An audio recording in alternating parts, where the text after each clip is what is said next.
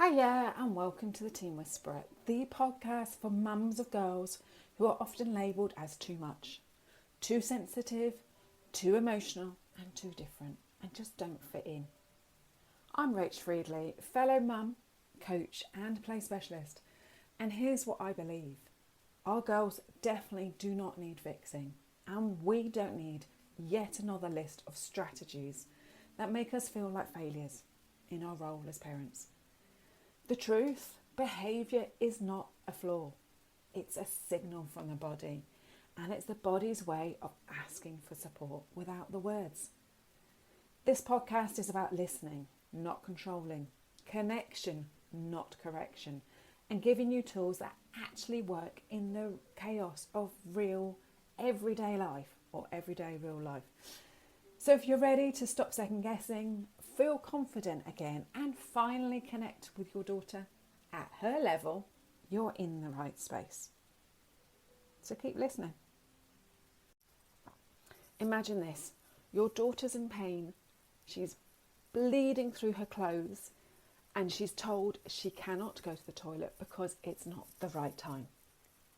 She's mortified, she's ashamed, she feels that something is wrong, and somewhere deep down she starts to believe her body is an inconvenience, that she is wrong, and that is not okay. And yet it's happening every single day. And yes, I'm talking in 2025, it's still happening every single day. So in today's episode, we're going there: periods, body changes, and how to help your daughter feel safe, informed and confident in a world that still treats the period like it's the taboo. So let me tell you a story. When I first started my period, yes, it was donkey's years ago, I'm aware, I didn't know what was going on and I thought I was bleeding to death.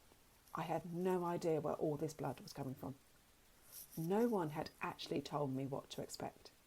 The only information I got was that weird, overly scientific diagram in biology class that apparently is still being shown, the one that looked like absolutely nothing I could relate to. We never talked about what it felt like, looked like, or the actual experience. No one mentioned the pain, the exhaustion, the change in our bodies, or the mood swings that made you feel like you were losing the plot. And you know what?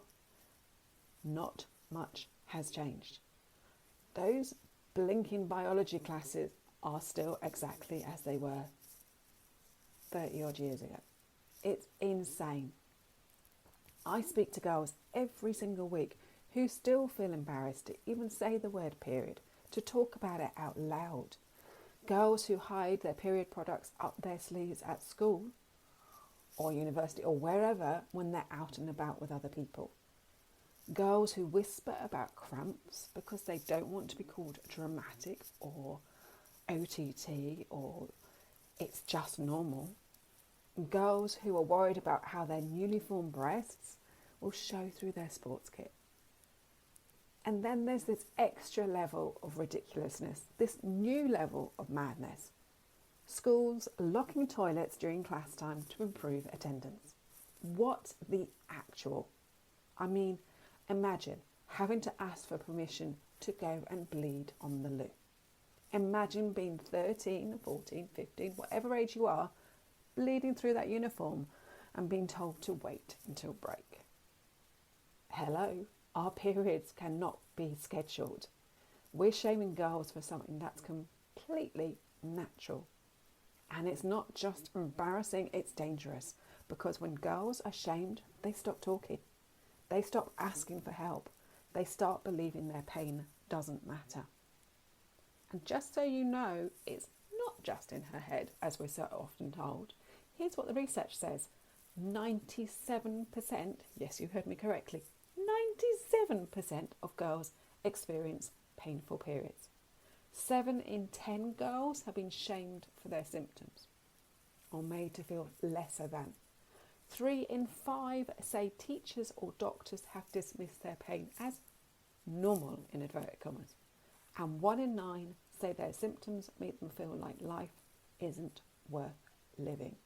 And on top of that, 90% of girls feel anxious during their periods every single day. That's not just hormones, it drives me nuts. That is harmful, and it's a direct result of a culture, society that still tells girls to push through, smile anyway, and don't make a fuss, and be the good girl. And here's the bit no one explains properly. Our daughters' bodies are doing exactly what they should be doing. They're cyclical. Every 28 days, they move through 4 distinct hormonal phases, and each one changes how they feel, how they think, and how they show up in the world. But we just don't talk about this because we're living in a world designed for men. Men who run on a 24-hour cycle. They wake up, they perform, they repeat. I think that actually they sleep and then they repeat. But women and girls, we are wired differently. Our energy, our focus, our confidence, and our emotions rise and fall naturally like the moon. And before you say that's a bit woo, Rach, just bear with me. But here's where it gets powerful. When we start to understand those 4 phases of the cycle, we stop fighting against our bodies and start working with them. So here's the real life translation. You know how it actually is in real life of the 4 phases. So the first one we have is the follicular phase. Try saying that when you've had a few drinks. Anyway, which is the week after the bleed. This is the reset phase. The body's building up again. So that lining of the womb is building up again. So hormones rise, energy lifts, and suddenly your daughter may seem brighter, more talkative, and more creative. This is her springtime, you could call it that. So her awakening time. She's ready to plan, to dream, to take on new things. If she's been low or withdrawn during her period, which is more often than not, you'll see her re-emerge here, more confident, more open. And it's a great time to encourage new ideas, creative projects, or even just getting her out of the house again. Then we have the second phase, ovulation, which is mid-cycle around day 14. This is her summer, when her confidence peaks, when energy is high. She's chatty, she's social, she's magnetic. She might want to be out with her friends. She might want to get out there and do something different. She might want to take the lead in something. Biologically, it's her fertile window, but emotionally, it's her most outward-facing phase. It's a great time to have those future talk conversations about goals, friendships, or even tricky topics like boundaries, because she'll be more receptive and self-assured. Then we have the luteal phase, so this is stage 3, the 2 weeks before her period. This is where things start to shift. Her hormones dip, the world feels louder and more scary to her. She might get more easily irritated, tearful, or tired. This isn't moodiness. It's her body's way of asking for a slower pace, more support, and fewer expectations. Think of this as autumn. It's a time to finish projects, to tick off the list, to start slowing down. You might notice her withdrawing or wanting space. That is normal. If she snaps, it's not personal. It's her nervous system trying to regulate. This is the time to lower demands, not raise them. To have more compassion and way less, why are you being like this questions, as we're often told. That's what we need to ask. And then number 4, then is the bleed, the menstrual stage. Here comes winter. Her body is literally shedding what it no longer needs. Her energy is at its lowest, but her intuition, it's sky high. She's more inward. She's more reflective. She's more sensitive. This is the time to rest, not to push. Give her space for comfort, her favourite meal, a cosy blanket, fewer activities. If you can, track her cycle. Start tracking her cycle when she bleeds, even if she won't, because it helps you spot when she's likely to need a duvet day or a little more patience. And here's the thing, when you honour her body's rhythm, she learns to do the same. That's how we raise our girls to trust themselves, not fight them. And here's where it gets real. Even now, adults still don't get it. Okay, men still don't get it.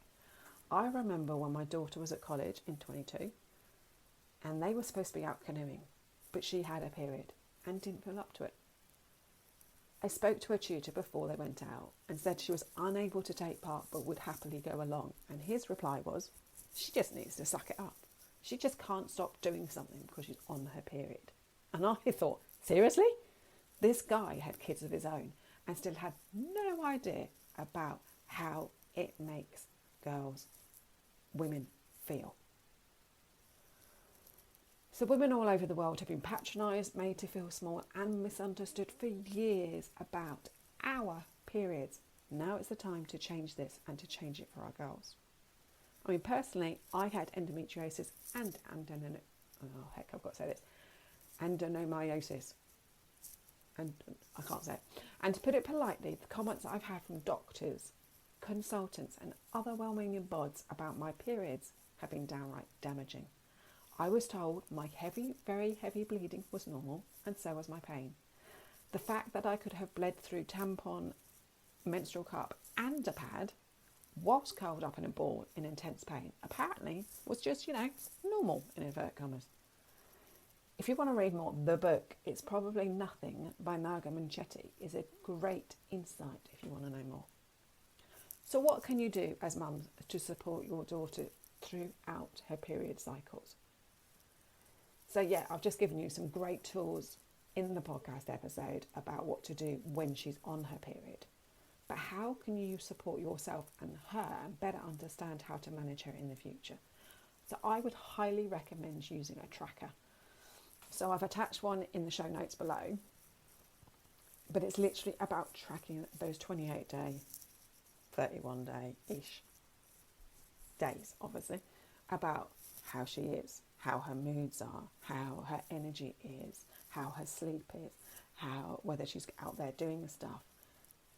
Whatever is going on in her life, you can track it, and then you can see patterns of behaviour. You can see the everything's wrong week. You'll see the can't get out of bed day, the suddenly super chatty phase, the days when I can't be bothered, mum, the days when she's snapping, the days when she's screaming in your face. It helps you to prioritise her self-care and yours throughout this phase in the future. And remember, physiology before psychology. When she's overwhelmed, emotional or shut down, check the body first. Her brain follows her biology, not the other way round. So next time your daughter's mood swings faster than you can keep up, remember there is nothing wrong with her. Behaviour is messages from the body. It's doing exactly what it's meant to do. Our job is to help her understand that rhythm, not silence it, not fix it, but work with it. Because when girls know what their bodies are telling them, they stop fighting themselves. And when mums understand what's really going on, they stop taking it personally. That's when connection happens. So if this episode landed with you, if you found yourself nodding along or just tearing up, just thinking, oh God, thank God, finally someone said it, then make sure you hit subscribe so you don't miss the next one.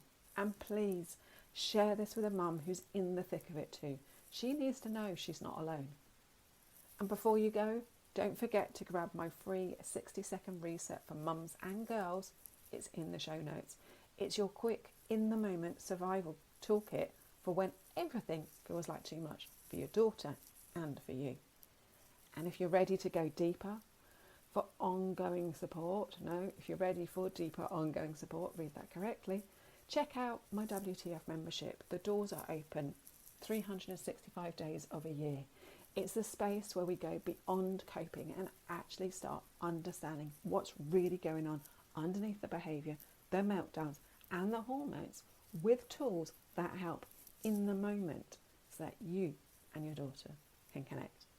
Because remember, it's always, as I said before, physiology before psychology.